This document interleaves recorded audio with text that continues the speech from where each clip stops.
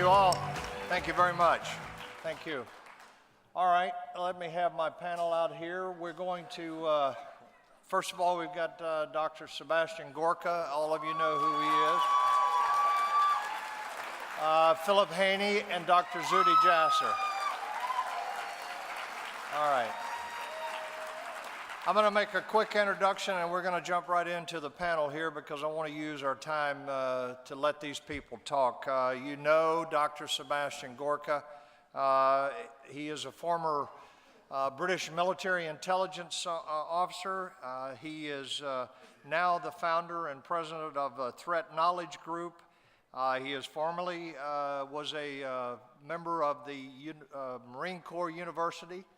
And today he will be signing out in the foyer in the book area his book, Defeating Jihad, which is a New York Times bestseller. Welcome, Dr. Gorka. Thank you, sir. Phil Haney was one of the founding members of the Department of Homeland Security. He is previously of the Customs and Border Patrol. He was identified as a whistleblower on what he has seen happening within our government with regards to the protection of this nation. And he is right now also a New York Times best-selling author of a book called See Something, Say Nothing. Welcome, Phil Haney.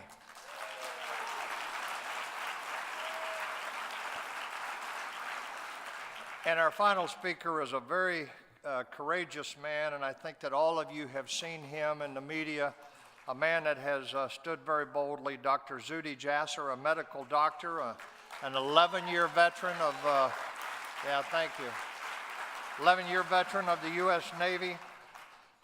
He is the founder of the American Islamic Forum for Democracy, in which he is trying to create reform within Islam. And his book, A Battle for the Soul of Islam, it will also be for sale, and he will be signing those books. So all three of these authors will sign books. I think about 12 o'clock, I think, is when we're going to do it. You'll see it on your schedule. So welcome them again, and let's get started. Thank you. All right, first I'd like to go to Dr. Gorka and ask for his opening comments. Thank you, General. It's a distinct honor to be here for my first ever appearance at your event. Let me start by saying that we need to remember that this Sunday marks the 15th anniversary of the longest war the Republic has been engaged in since 1776. And the question I'd like you to ask yourselves is very simply the following. Do you feel today, yourself, your families, your friends, do you feel safer today than you did on September the 10th, 2001? And why is that? You know in your gut, you sense that we are more in danger, more in peril today than we have ever been. But let's look at the facts behind your common sense intuition. And let me just give you some of the data points that will allow you to understand what it is that really makes us more in danger today. Number one, ISIS is the most powerful modern jihadi organization the world has ever seen. Let me give you the facts from inside President Obama's own administration.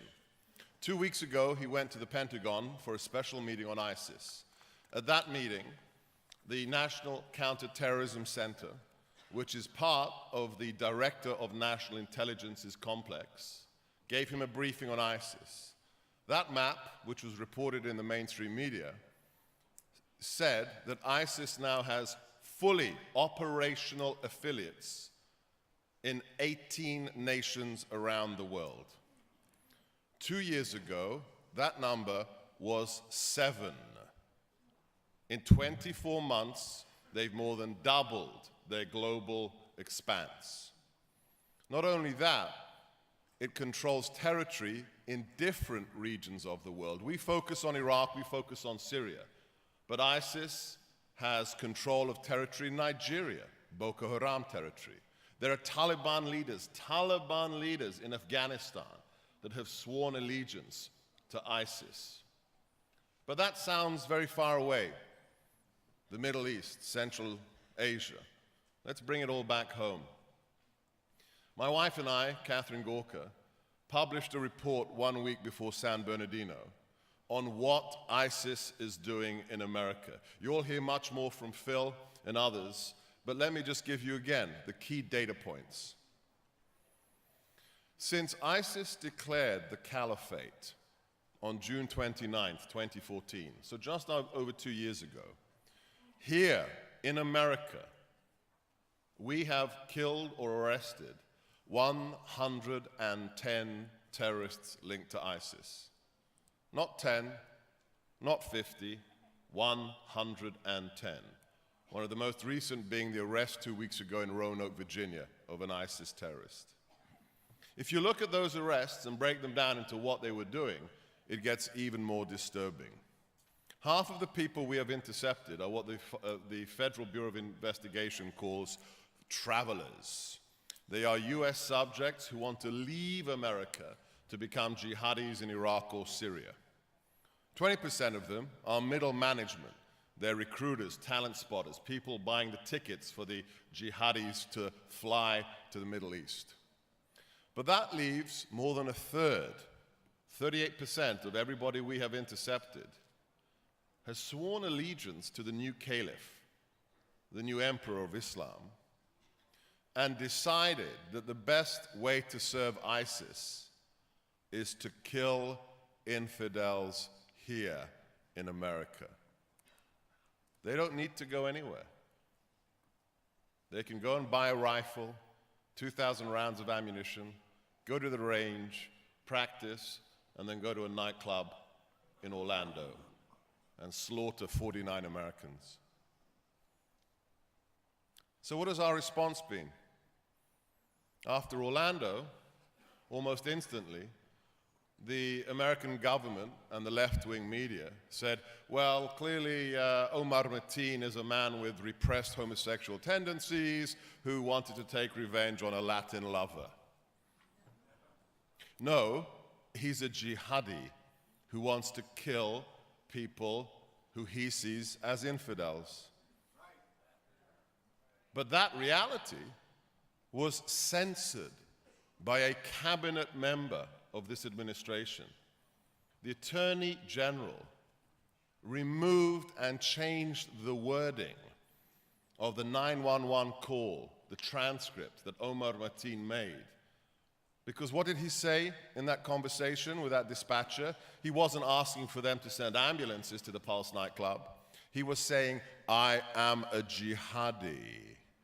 I am fighting a holy war for Abu Bakr al-Baghdadi, the caliph of ISIS.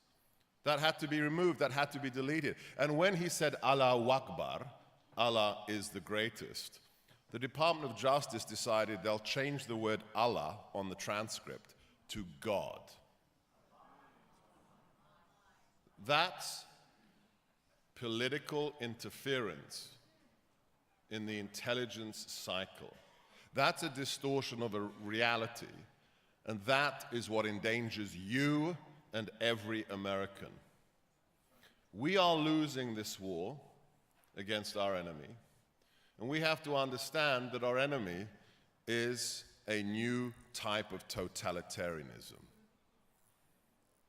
Just like the communists before them, and just like the fascists and the Nazis, groups like Al-Qaeda and ISIS are totalitarians. Either you join them, or they will enslave or kill you. It is that simple. These are not individuals you can negotiate with.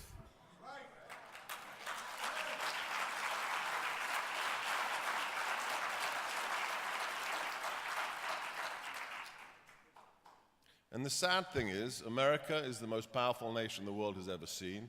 It is also the greatest nation the world has ever seen. And there's no excuse for losing this war. None.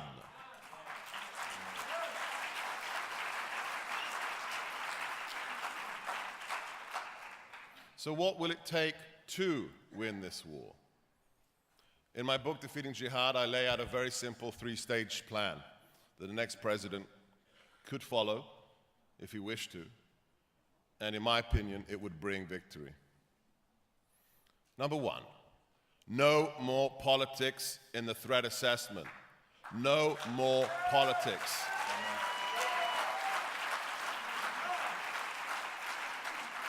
There is no room for political correctness inside our intelligence community.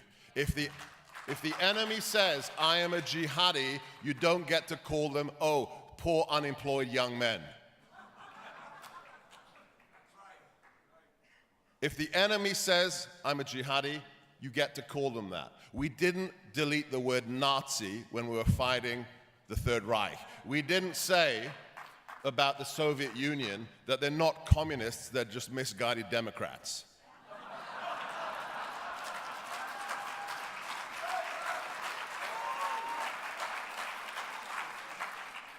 Truth about the enemy, and truth about the fact that they are evil. They're not misguided, they are evil. Second part of my plan, we have to understand that, I'm sorry, whether you like it or not, this is not a war with Islam. Remember, what was the religion of the fighter pilot in the cage who was burnt alive? He wasn't a Christian, he wasn't a Jew. He was a Jordanian fighter pilot, a Sunni Muslim. This is a religious war inside Islam. And in fact, the greatest number of victims are Muslims. They've decimated the Christians in Iraq. They've chased the Yazidis out of their territorial homes. But the majority of victims are Muslims who disagree with ISIS. We have to help the Muslims who want to be on our side to defeat ISIS. The Jordanians, the Egyptians, the Emiratis, and we can add the Kurds into that mix as well. We don't want white-skinned or brown-skinned Americans to be the face of this war. It should be the king of Jordan. It should be the president of Egypt. But that is never going to happen unless they trust us and believe we have their six. And in the last 7.5 years, they don't quite believe that. I wonder why. Last point. The long-term victory is not measured in body bags or predator strikes. It's measured in delegitimizing the ideology of jihad. Just like President Reagan delegitimized communism, we have to help our Muslim allies delegitimize jihadism. Those three things together, and we can win. And remember, my last message, it is no accident that in the last 100 years, two totalitarianisms threatened Western civilization, communism and fascism. And in both cases, which country was instrumental in their defeat? Us, America. It wasn't the French, it wasn't the Belgians, it wasn't the Brits, it was America. And once again, a Western civilization is in an existential threat environment because of the new totalitarians. And once again, it's going to take America to defeat them. Thank you.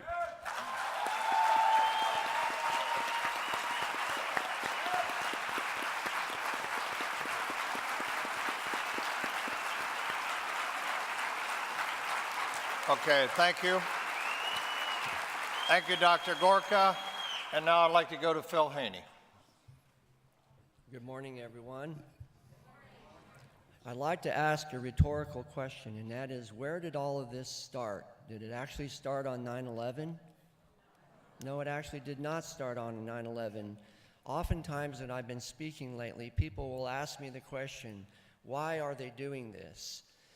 And I struggle with a prompt response to that question until I began reading the Declaration of Independence, where it says that to secure these rights, Governments are instituted among men, deriving their just powers from the consent of the governed, that when any form of government becomes destructive of these ends, it is the right of the people, and here's the clue, to alter or abolish it, and to institute new government laying its foundations on such principles and organizing its powers in such forms as to them shall seem most likely to affect their safety and happiness. That was written in a benign context, but our adversaries on the progressive left and the global Islamic movement seek to alter or abolish our form of government, and that is why they're natural allies. And what do I mean by that? Who is seeking to alter or abolish our U.S. Constitution? Well, the strategy of the global Islamic movement is to implement Sharia law. It is actually quite simple. What is kaleidoscopic and complicated, if you will, are the tactics that are used to do it. Every single Salafi, pro-Sharia, pro-Jihad Muslim group in the world has the same exact strategy, which is the implementation of Sharia law. If you listen to them carefully, they will tell you that. That includes the Muslim Brotherhood. That is a global organization which is well established here in the United States for the last 40 to 50 years. The motto of the Muslim Brotherhood is Wa'idu, which means prepare. Prepare for what? Well, the word is derived from Quran 8:60, al-Anfal, the spoils of war, in my opinion, the most violent chapter in the entire Quran. Prepare to do what? Prepare to terrify your enemies and to defeat them in war. So if that is the stated motto, the operative verb of the Muslim Brotherhood organization, including the front groups that operate here in the United States, such as the Council on American-Islamic Relations, the Islamic Society of North America, the Assembly of Muslim Jurists of America, and the North American Islamic Trust, three of least of which of these were named as co-conspirators in the Holy Land Foundation trial in November of 2008. And my simple question to the Obama administration is, why would you form an overt political alliance with a group that has stated plainly that they intend to overthrow our form of government and alter or abolish it? Why would you do that? Jay Johnson, the Secretary of Homeland Security, who said to Senator Cruz, when he was asked directly about my claims during our testimony on the Hill on the 28th of June 2016, said he didn't know me. He wouldn't recognize me if I walked into the room. And that no, he had not taken time to look into my claims. And that, paraphrasing, it really wasn't that important anyway, because we're talking about labels and interesting political conversation. Well, the people in San Bernardino and Orlando and Fort Hood are not interesting political conversations or labels. They are people that died because of the ideology of the global Islamic movement, which is to implement Sharia and to replace or oppose any form of human legislation, and that includes the U.S. Constitution. One of the concepts within the explanatory memorandum, which is summarized in a phrase called al-Mutsima, al-Islamiyya, al-Qaeda, is that we would have what is called civilizational jihad or settlement jihad. So if we understand these perils that we face, then why is our administration openly aiding and abetting the global Islamic movement by bringing people that no one can identify to come and live in our country? And if it is such a noble cause, then why do they subvert the constitutional principles of our government and co-opt the process in little towns around the country like Rutland, Vermont, and Grand Rapids, Minnesota, and Sioux Falls, South Dakota? Why is it that they have to parachute these people in the middle of the night if it is such a noble process that they're involved with, and that nobody can find out who vets them, what the criteria of the vetting process is, and the last people to face them are the law enforcement officers like myself, retired, who admit them into the country. Sebastian talked about the San Bernardino shooting. I worked on a case at the National Targeting Center that was authorized by the Attorney General of DHS as a good, solid law enforcement case.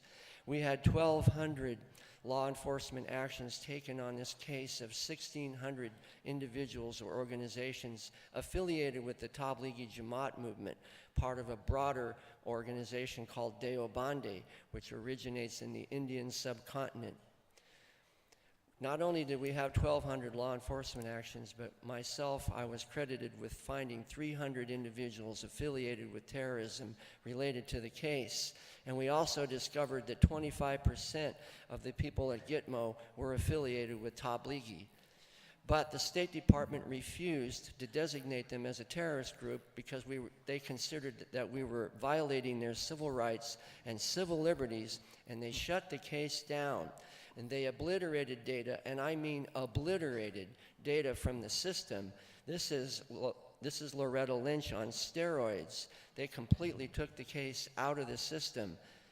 The case included individuals that were affiliated with the San Bernardino Mosque, Darul al-Islamiyya San Bernardino, and therefore my plausible premise is that the attacks could have been stopped or averted.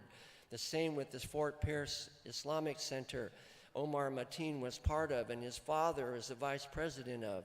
That mosque was also part of the same Tablighi Jamaat Deobandi network that the government shut down. Why did they shut them down? That's what I'm here to ask today. Why did you eliminate the records from the system, which led directly to the deaths of American citizens? Why are you protecting the civil rights and civil liberties of people like Tashfeen Malik, and you said you did not query her social media because you were concerned about her civil rights and civil liberties? Why are you putting the rights of these people above the liberties and safety of American citizens? I'd like you to ask your congressman that.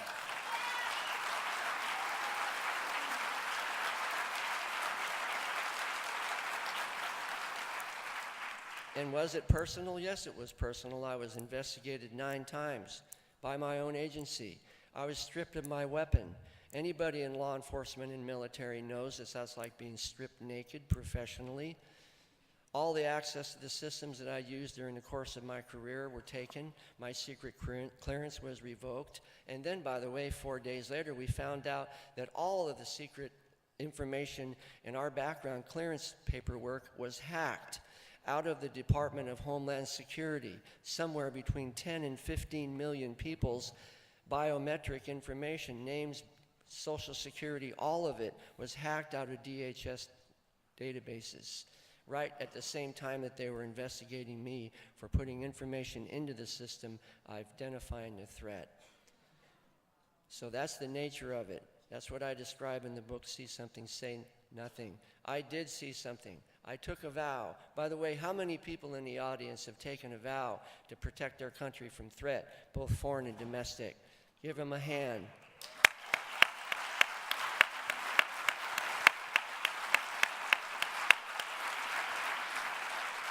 I'm quite sure there's no one here who feels that their vow has retired, not a single person, and nor has mine. I will go where my vow leads me. I am not deterred. I will stand up and fight for our constitutional right for liberty and life and the pursuit of happiness in opposition to the strategy of the global Islamic movement, which is implementation of Sharia law,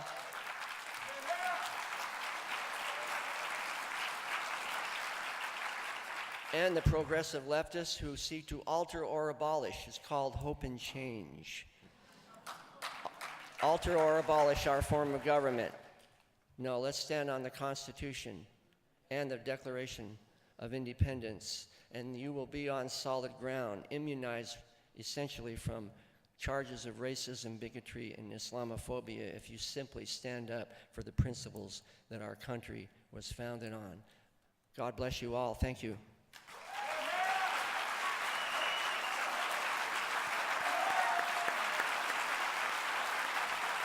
Thank you, Phil.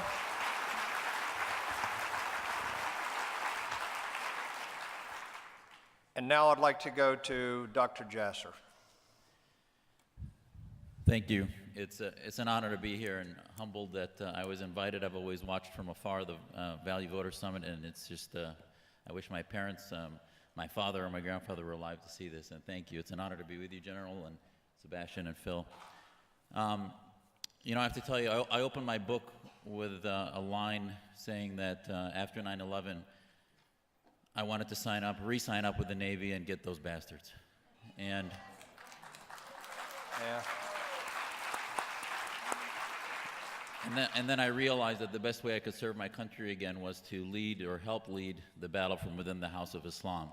And that was an attack against our country, the largest attack since World War II by Al-Qaeda, which pales in comparison to the battle that we have now with ISIS. And at the time when we formed our organization, our mission statement was to preserve and protect the Constitution through the separation of mosque and state. Our mission was not counterterrorism, which is a tactic. And people wondered, why would you form a group separating mosque and state? That didn't make sense. And then 12 years later, ISIS starts forming, and they say, oh, now we get it. And even ISIS pales in comparison to the reality of what the threat of jihad is. So what I hope I can do over the next few minutes is sort of lay out for you not only what the problem is, but really what the solution is. And as Seb said, the battle is within the House of Islam. So as long as America sits this out and does not take sides within the House of Islam, a quarter of the world's population is going to go through a transformation that either becomes dominated by caliphists, those who believe in the hegemony of the world under Islam and the rest of the world is the land of war, or it'll be dominated by those who believe in liberty, secular democracy. And that's why the Arab awakening, as much as it turned into a vacuum that became a disaster for security, was actually an opportunity, was actually a time in which you finally had people doing what my father and my grandfather had prayed for, which was an attempt to defeat the dictators, the thugs, the Assads, the Saddam Husseins, the Gaddafis, the Khomeinists of the world, in order to actually have a chance at reform. Because the reason I'm doing this work is the only place, the laboratories that you can do this work is in the West. In the Middle East, you cannot do this work, which is the work of reform, the work of challenging the men in robes who dominate and suffocate any attempt at reform or free speech. So as you look for the solution, when you say it's only counterterrorism, you're fighting a tactic. That's a vacuum. Even if you defeat it, it's a whack-a-mole program, because you get rid of ISIS, the next group will come up, Jamaat al-Islamiyya, Muslim Brotherhood, Hamas. They'll keep coming up because the font is the idea, the supremacism of a fascism which is based in theocracy. So forget whether, I don't expect all of you to become experts in Islam, but I think if you look at our Declaration of Independence and our battle in America, it was against theocracy. And the West defeated theocracy, which was quite bloody. Millions died in Europe fighting against theocracy, and Islam is in that time in history. So as you look at the time in history that the world is in, Islam is in that time in history. And yes, maybe in the short term, we can fight groups and find allies with the kings of Jordan and the king of Saudi Arabia and others, that we might have common enemies. But do not be fooled. These are not our allies. Your allies are folks on the ground like my family and others that share our values. The dictators, the monarchs of the Middle East are not our allies, because they basically have contained Sharia states. They believe in an Islamic state. Now, they claim to be our allies, but yet they are, the best quote I heard is, they are like the firefighters and the arsonists at the same time. Yeah. Because they push ideas which basically radicalize their population, and then when they feed the pit bull and it comes back and bites them in the you-know-what, they say, oh, now we're with you against this war, and yet 15 of the 19 hijackers on 9/11 were Saudi. And who funded ISIS? The Saudis and Qataris and the Turks and Erdogan and the Turks and other Sunni Islamists, who are really, what is the battle we're fighting? It's against Salafi jihadism. Salafism is the belief that we as Muslims need to return everything to the way it was exactly at the time of the Prophet. Salaf means friends of the Prophet. Jihad has many meanings, but primarily globally now it means a military war by a Muslim army.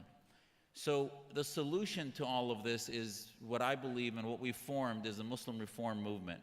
It has a 2-page declaration that turns upside down this entire battle and says it's not only against terrorism, but what we are for. Because at the end of the day, your Muslim allies are American patriots, French patriots, Belgian patriots, Canadian patriots who believe in a social contract in which they would die for your Constitution, they would die for liberty and freedom, and never want to die for Islam or some faith or some theocracy.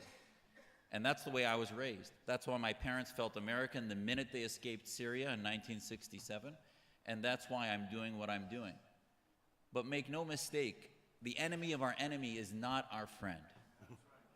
Our friends are our allies who agree with the separation of mosque or church and state, who believe in the equality of men and women, who condemn blasphemy laws, who condemn apostasy laws, who believe in secular governance and that everyone has equal access to the government and to free speech, who condemn Islamist organizations, be they violent or nonviolent. The entire Homeland Security apparatus is focused on a tactic, countering violent extremism.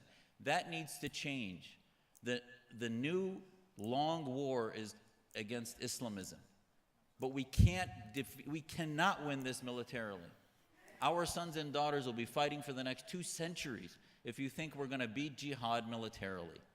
But we will win it if we have a strategy of a liberty doctrine where we promote and defend those groups on the ground domestically and abroad that believe in our social contracts. Our 2-page Muslim Reform Movement Declaration has that. It says in 12 points the principles that we believe in, and we condemn all concepts of the caliphate. We don't only condemn ISIS, we believe that it's time to put the concept of the Islamic State into the dustbin of history. So how do you do that? I can be a devout Muslim and believe in my scripture and not want to live in an Islamic state. And Muslims in Egypt demonstrated that. 1 year of the Muslim Brotherhood running government in Egypt did more to destroy the ideas of the Islamist movement of the Brotherhood than 60 years of dictatorship under Nasser, Sadat, or Mubarak. Why? Because the exchange of ideas, the ownership of their government did a lot more for that. Now, things may get worse before they get better, and we're certainly seeing that in Syria. But the best anti-nuclear program in Iran is the Green Revolution. That's what should have been. Our policy should be regime change, not regime appeasement, as we see with this administration. So at the end of the day, as you leave here, engage your Muslim population. Our leadership in this country is petro-Islamic. It's engaged to the monarchs and the oil interests in the Middle East. They are part of the Muslim Brotherhood legacy groups, but the majority of American Muslims do not adhere to the groups that claim to represent us in America. Most of them are not engaged identifying with these groups. Engage your Muslim friends that are in professional organizations, in universities, in ethnic communities, be they Indian, Bangladeshi, Indonesian, Malaysian, Syrian. There are ethnic communities that are not engaged in the identity Islamist movement that are part of the future of our faith community. And I think those are the groups that need to begin to be held to task on where they stand on reform, and do they or do they not sign and believe in our Muslim Reform Movement Declaration. It's a simple declaration. We mailed it to every mosque in America, every Muslim leadership, and for the most part, we're getting crickets. And the reason is they don't want to be held account for the principles that we share as Americans. It's very simple. It should be used for security clearances. It should be used for vetting refugees and vetting immigrants, and that's how it can be done to keep us safe, but not change what America means to families like mine. So thank you. Understand where Islam is in its history. Understand that the key to security is engaging with Muslim reformers. Thank you.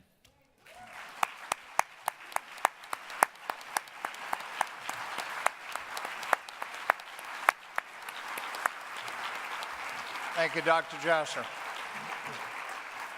We've got about 5 minutes, so I'm going to go through a little lightning round here and ask you, our 3 panelists, to give us short answers here. And I'm going to start with Dr. Gorka. I think everybody wonders why the Obama administration will not recognize who our enemy is. What is your assessment of that? A couple of big reasons. The best answer is a paper that my wife wrote called The Flawed Science Behind U.S. Counterterrorism Strategy, and you can read that online. But in a nutshell, two issues. Number one, the analysis of the intelligence community was driven by an individual at the National Counterterrorism Center who convinced the Obama cabinet that all terrorism is the result of poverty and lack of education, which any 10-year-old knows is completely bogus, because if poverty and lack of education led to terrorism, half of India would be terrorists. But they're not, because the missing ingredient is, of course, always ideology. But we're not allowed to talk about the ideology because that is verboten. You cannot discuss it because it is religious. Second part of it is one I realized about 5 years into this war. One of my students at National Defense University opened my eyes to it. I don't care what religion you follow. You can pray to Buddha, you can be a Zoroastrian, but if you don't have faith yourself, you will never understand our enemy, ever. You will never understand the logic of a suicide bomber. They think they've won when they detonate their vest. And the trouble is, we have a political elite, unfortunately on the left and in times on the right, that does not take faith seriously. If they go to church or temple, it's a cool networking thing with the coffee and donuts afterwards, right? Yeah. If you need leaders who understand the power of faith and that our enemy is religiously motivated. And right now, we don't have that in federal government. Thank you, Dr. Gorka. Now I'd like to go to Phil Haney. Phil, you've articulated how our federal government is failing to secure our borders. Is there hope that the states can do things, given the fact that when Arizona tried to, they were immediately challenged by the federal government? The ALAC movement is still strong in America. The American law for American courts. That is what I call addressing the threat that's right in front of you. Be very clear that the U.S. Constitution, Article 6, is the supreme law of the land. There should be no equivocation about that. Sharia law is very plainly defined. It is actually a book you can hold in your hand, which means you can literally use it as a bulldozer to destroy the civil rights and civil liberties argument or the First Amendment argument. It's not about freedom of expression or religion. It is a form of law. So the ALAC movement. Another one is the Muslim Brotherhood Terrorist Designation Bill. It's a mirror bill in the Senate and the House, 3892 on the House side. Call your congressmen and encourage them to support it if they're not. And thank them for supporting it if they do. If we pass the designation bill, you will send a shockwave around the pro-Sharia, pro-Jihad, Salafi, Islamic world without firing a single shot or dropping a single bomb. That's walking softly and carrying a big stick. Thank you very much, Phil. Dr. Jasser, I'm going to ask you a very personal question here. You are a reformer. You have stood against jihad. You've stood against Sharia in America. And we know that the majority of the Muslims in this country want neither. But what is the impact on you personally when you stand boldly as you have stood? What is the personal impact on you? Well, there's no doubt that we do, especially my family, pays a price for the stance that we've taken. And because for the most part, we don't do this from afar. We attend mosque regularly, and the sermon 2 holidays ago was about that doctor in town who's on Fox and is supposedly a bigot against Muslims, that we have traitors within the community. But my response to that, when my son leaned over and said, "Boy, he's talking about you, Dad," my response was then to transcribe the sermon that I was taping, confront them publicly as to how, if this was said in Saudi Arabia, that would have been a death threat, versus actually having Muslims pay a price. And when people wonder where are the voices of moderate Islam, those of us that speak out from within, from tough love, are labeled as traitors, are labeled as Islamophobes rather than actually people who love our faith that are trying to stop the suffocation of free speech. But having said that, the bottom line is that anyone who knows me well knows that I'm devout, I'm pretty orthodox in my personal practice, and I love my faith. We've helped a number of mosques start, but there's no doubt that we do have a security profile as a result. We get threats from all sides of the spectrum. But I have to tell you, having family that I just talked to last night, dodging barrel bombs from the Russians and Assadists and Khomeinists in Iran, in Aleppo, the largest town in Syria, dodging those bombs, it's the least I can do living in the comfort of the greatest democracy on the planet to try to defeat this war from the comfort of the home that the American taxpayers gives me and the ability to do this. So thank you and God bless you. All right, give our panel a round of applause. Thank you very much. God bless you all and thank you. Let me remind you that they will be signing their books. All three of them have a book and they'll be signing those books